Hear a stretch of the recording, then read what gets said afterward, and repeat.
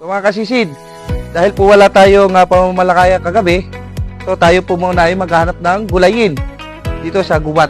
Ano, tara. So ayan, titingin-tingin tayo dito sa paligid, sa mga puno-puno. Kung meron tayong makikita dito na puso, So parang wala, parang agad din ang puso. Kalamansi, ayan, may kaunting kalamansi. Wala ang talbos ng ampalayang ligaw. Ayan, sige. So mga kasisid, ito na lang ang ating kukunin. Ay, iyon. Ayan. So, ginataan.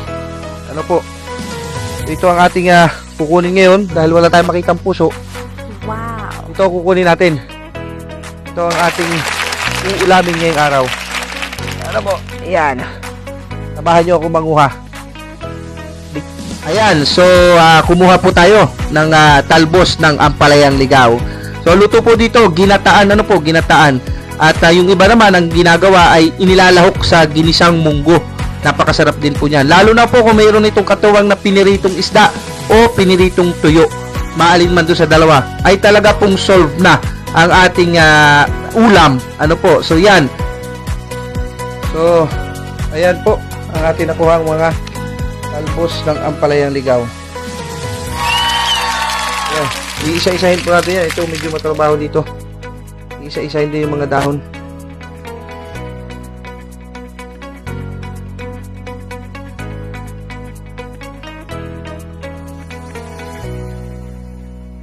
Ayan, kukuha na rin po pala tayo ng niyog. Dito lang po ito sa may likod bahay namin.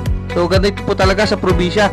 Bawat lugar, o bahay sa likuran, pag hindi sagingan, ay niyugan o kalamansian, kung ano man tanim, po.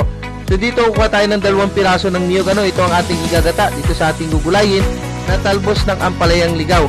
Meron nga po pala ako ditong ginawang, yung tapasan. At tapasan po ang tawag nito sa amin, o balatan kung sa iba siguro. At para mabilis po ang ating pagbabalat. So dito itutusok mo lang itong niyog at pupersahin mo pababa para mabilis, kasi kung itak po ang gagamitin